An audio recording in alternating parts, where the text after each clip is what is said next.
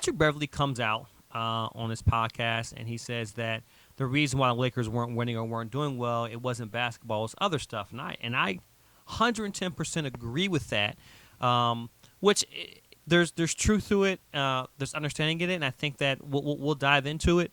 But Patrick Beverley's right. I'll tell you what the biggest problem is: just playing with LeBron James. LeBron James, I was actually getting I went to my father's barbershop, went and got a haircut, and we started talking about the best players of all time. And he mentioned to me, hey, I don't really say who's the best player. I say they're the best of their time. And I agree with him. He said, I'm going to start using that. They're the best of their time. You really can't tell the difference between who's better because they play at different times.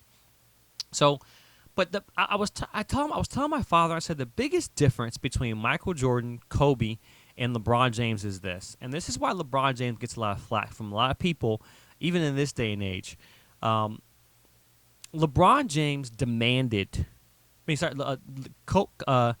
Michael Jordan was in your face, and he demanded respect.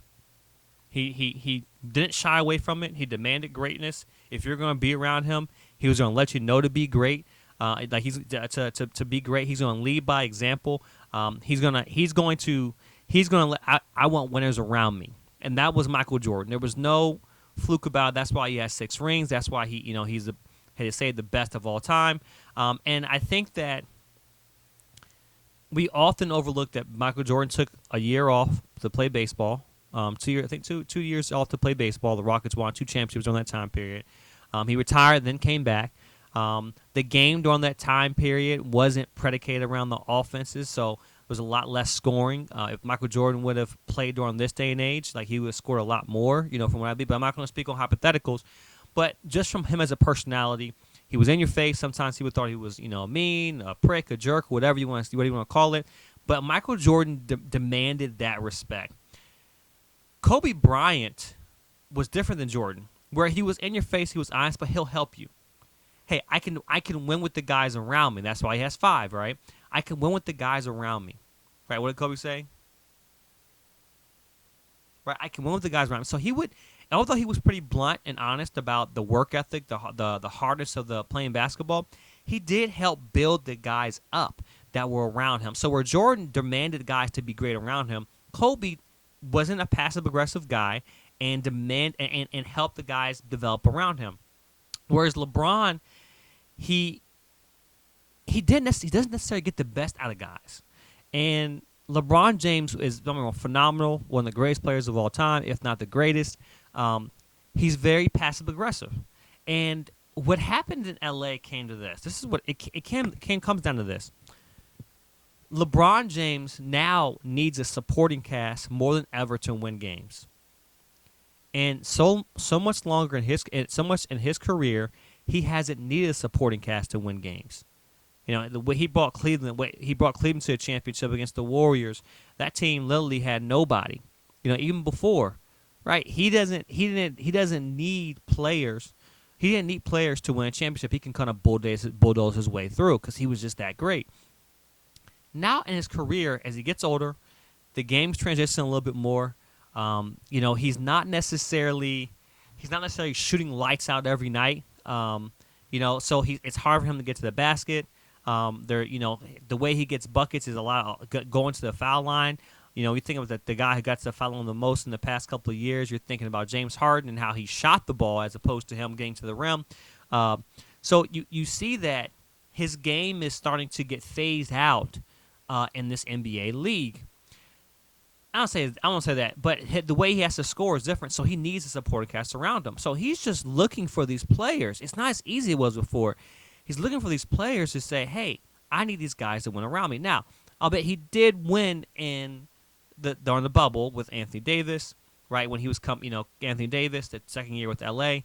In the bubble. So he did win with Anthony Davis, and I think that was pretty much it. It was him and Anthony Davis that won a champion. Rondo, some vets on that team.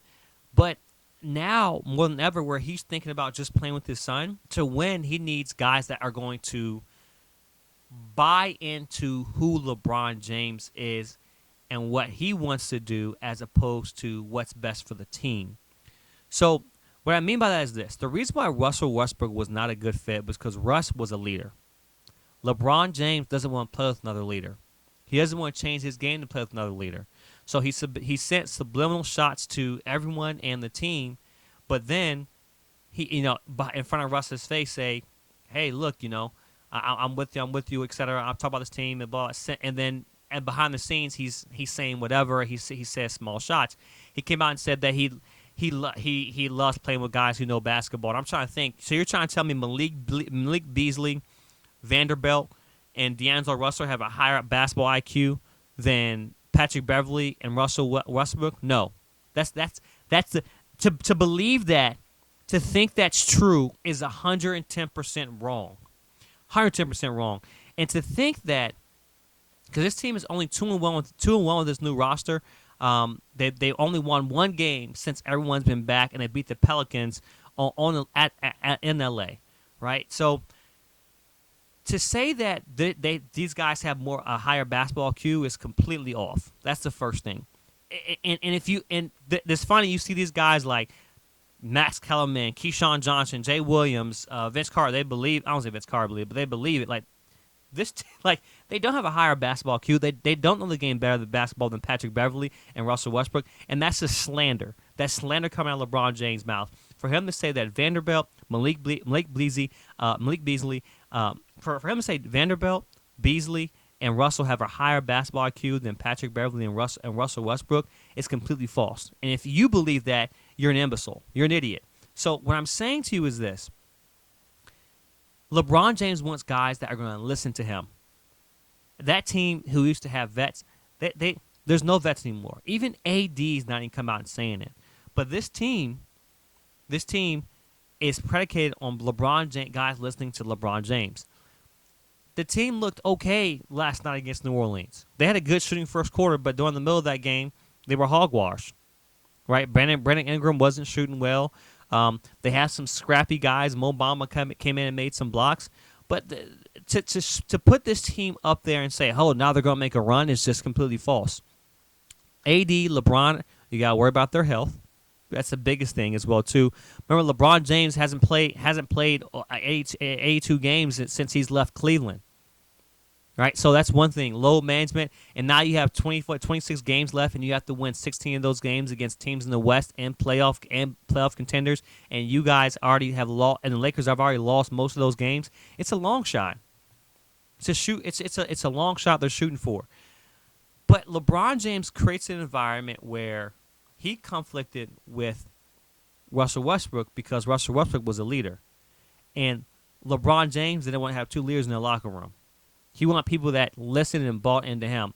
I say it because the time that, and this is how dumb people are on social media. People are so dumb. LeBron James, after a game they won, said it's time to get greedy. And Russell Westbrook was just like, let's have fun. And that's the important thing. Just have fun. It's okay, to be greedy, but have fun is the most important thing. When they were having fun, they were winning. It's about basketball, right? And LeBron James, this team already got their win for the season. Anthony Davis was mad because they were losing, and they're celebrating LeBron James. You think if he wants to care about that, he's trying to win a championship. LeBron James' career is set in stone. Anthony Davis still has a career, right? Same thing with Russell Westbrook. You're losing games, but all the media focus was on LeBron James. Don't think about the media focus. Think about what LeBron James is creating. He is not creating an environment where he feels his teams, the players on his team, have his back. But when you're polarized, and we live in a society today where people are so soft that they will just bite and jump and ride any player who is famous, successful, that they feel they can gain any type of attention or prestige from. And Patrick Beverley, Russell Westbrook aren't those type of guys. They're not the type of guys. They have a little bit more self-will, a little self-respect. They're not like Kuz. Literally, LeBron got Kuz traded now, and Kuz is all over him. So I think there was a dynamic was there were too many leaders in that locker room, and LeBron James didn't like that. The basketball IQ was there, the team was there, and Darvin Ham didn't. First of all, didn't notice that and didn't say, "Hey, look, LeBron, Russ, you guys are two leaders. I need you guys to lead." And no one has checked LeBron. Where LeBron has a high basketball IQ, no coach has checked LeBron, and this is the reason why his success has been stagnant because LeBron James could have easily won nine championships, but his success has been stagnant from him trying to control or just controlling the head coach. Darvin Ham's not going to be the coach of the Lakers in the next 2-3 years. I'll be surprised if he's the head coach next year. He might get fired next season because he didn't check LeBron out the door, and that's the big problem. So Patrick Beverley does have some truth to it, and I think that we'll see what happens. LeBron James' only focus is playing with his son. He doesn't care about winning. He wants it to be ease. If he doesn't go to the playoffs this season, that's fine. He set the scoring record. His ambition and goal is not win a championship. He feels he's the greatest player of all time. He's not trying to go out there and win a championship. He's settled. I'm telling you guys this, just so you know, when it happens, you won't say, oh, man, so. Just so you know, I'm saying this because it's the truth. He's not worried about winning a championship. It's fine. Look, it is what it is. He's worried about playing his son. Russell Westbrook, Anthony Davis, Patrick Beverley are worried about winning a championship. They're hungry. And you have one guy who's set in stone and the other guys are hungry, you're going to have rifts. It was other stuff like Patrick Beverley said.